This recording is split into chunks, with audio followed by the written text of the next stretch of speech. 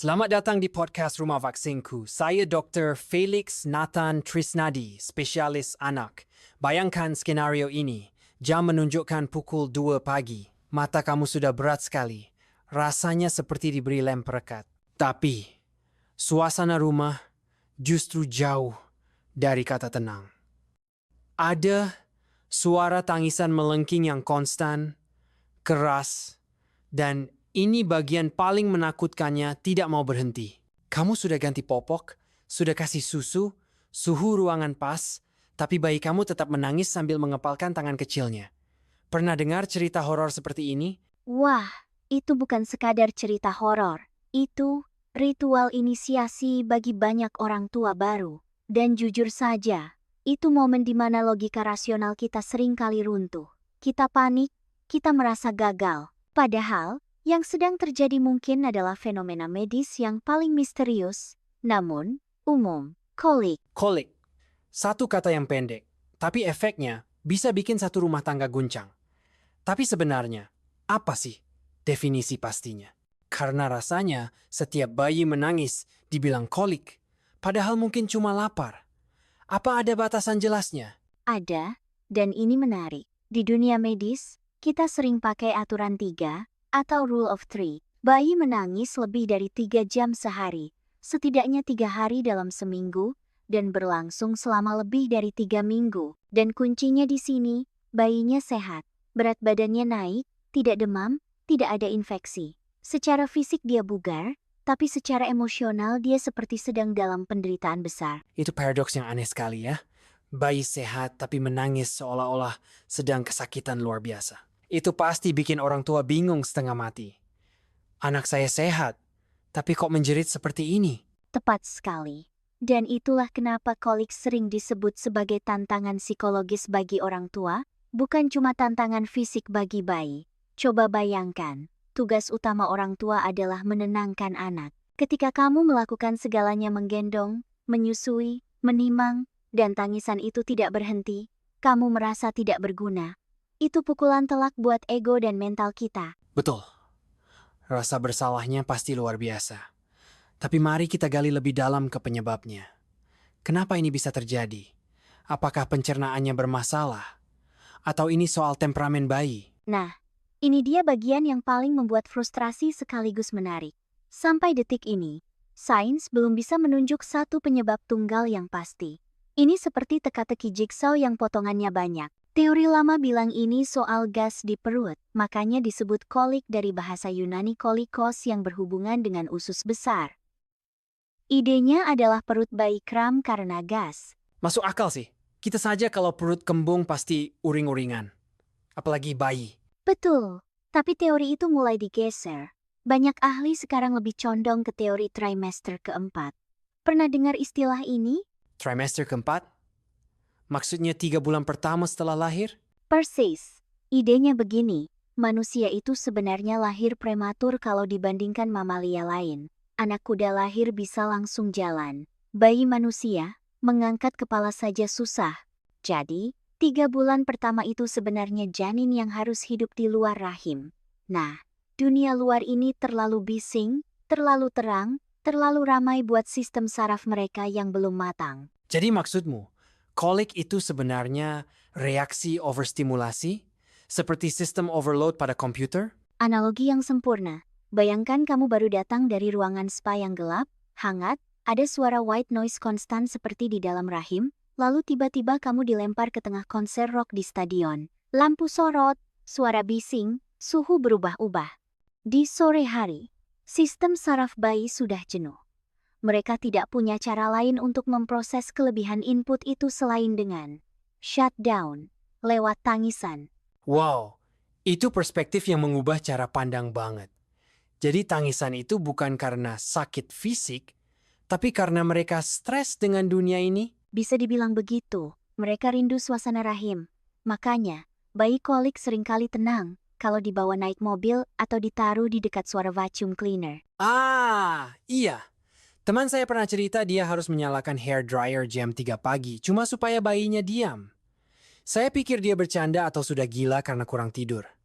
Ternyata ada logikanya. Sangat logis. Suara hair dryer atau vacuum cleaner itu meniru suara aliran darah ibu yang mereka dengar 24 jam non-stop selama di kandungan. Bagi kita itu berisik, bagi bayi itu suara surga. Itu suara rumah. Kesunyian total justru menakutkan buat mereka. Oke, jadi kita punya teori pencernaan yang belum matang dan teori sistem saraf yang kaget dengan dunia. Tapi ada satu hal yang sering jadi bisik-bisik tetangga. Apakah makanan ibu berpengaruh? Sering kan ada yang bilang, ibunya makan pedas sih. Atau ibunya minum kopi sih.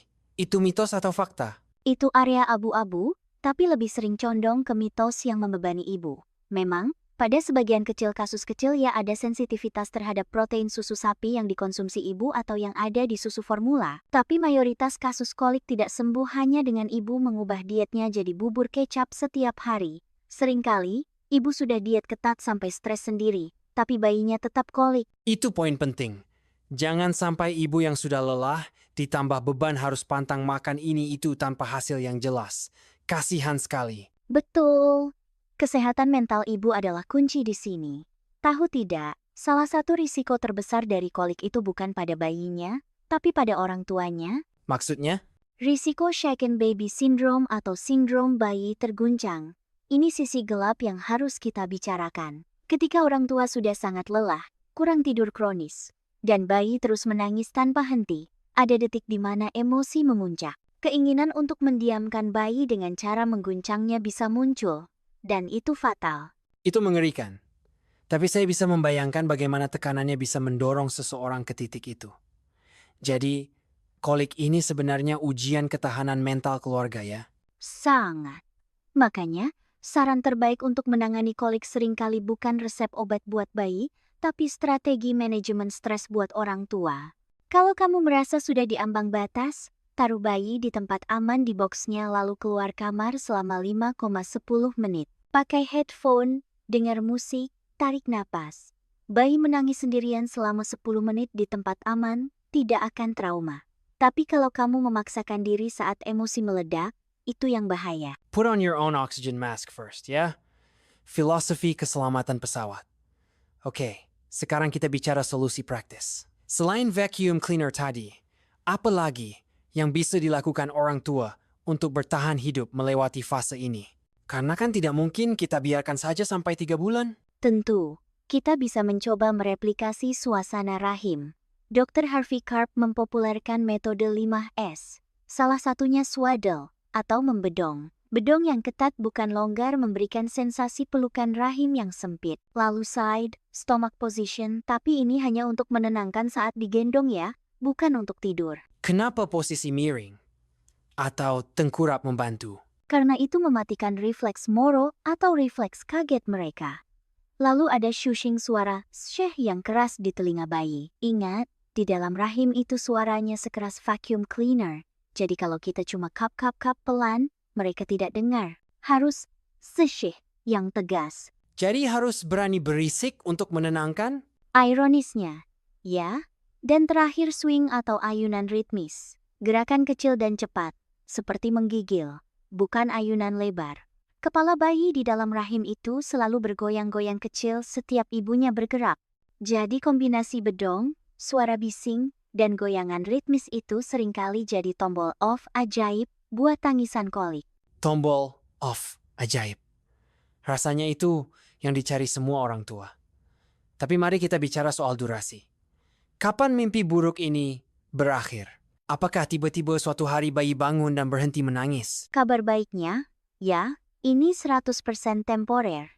Biasanya memuncak di usia 6 minggu dan menghilang drastis di usia 3-4 bulan. Seringkali perubahannya tiba-tiba, seperti ada saklar yang dimatikan. Sistem saraf mereka sudah matang, pencernaan sudah lebih baik, dan mereka mulai bisa melihat dunia dengan lebih jelas. Jadi ada cahaya di ujung terowongan ya.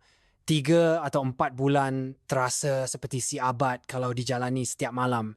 Tapi dalam skema kehidupan anak itu cuma sebentar. Betul. Dan ada satu teori menarik lagi walaupun ini mungkin cuma penghibur hati. Beberapa studi mengamati bahwa bayi yang dulunya kolik parah seringkali tumbuh menjadi anak yang sangat persisten, berkemauan keras, dan cerdas. Mungkin karena mereka punya energi berlebih sejak awal. Wah, jadi anggap saja itu tanda-tanda calon CEO atau pemimpin masa depan yang sedang melatih vokalnya ya. Hahaha, bisa jadi. Itu cara coping mechanism yang bagus buat orang tua. Anak saya bukan rewel, dia sedang latihan orasi. Menarik sekali. Sebelum kita tutup, ada pesan terakhir atau mungkin satu pemikiran filosofis buat para orang tua yang mungkin sedang mendengarkan ini sambil menggendong bayi yang menangis. Begini, kolik adalah pelajaran pertama dan terberat tentang menjadi orang tua, bahwa kita tidak bisa mengontrol segalanya. Kita terbiasa berpikir kalau ada masalah tangisan, pasti ada solusi, susu, popok, kolik mengajarkan kita untuk sekadar hadir. Kadang, tugas kita bukan untuk menghentikan tangisannya, tapi untuk menemani mereka melalui rasa tidak nyaman itu. You are not fixing them, you are comforting them. You are not fixing them, you are comforting them. Itu dalam sekali. Bahwa kehadiran kita saja sudah cukup, meskipun tangisannya tidak berhenti. Benar. Dan percayalah, masa-masa hening itu akan datang, dan saat itu tiba, kamu akan melihat ke belakang, dan menyadari betapa kuatnya kamu bisa melewati badai itu. Kamu akan jadi orang tua yang jauh lebih tangguh. Luar biasa. Jadi bagi Anda yang sedang mendengarkan ini di tengah malam dengan mata panda dan baju kena muntahan susu, Anda tidak sendirian. Anda tidak salah. Dan ini akan berlalu.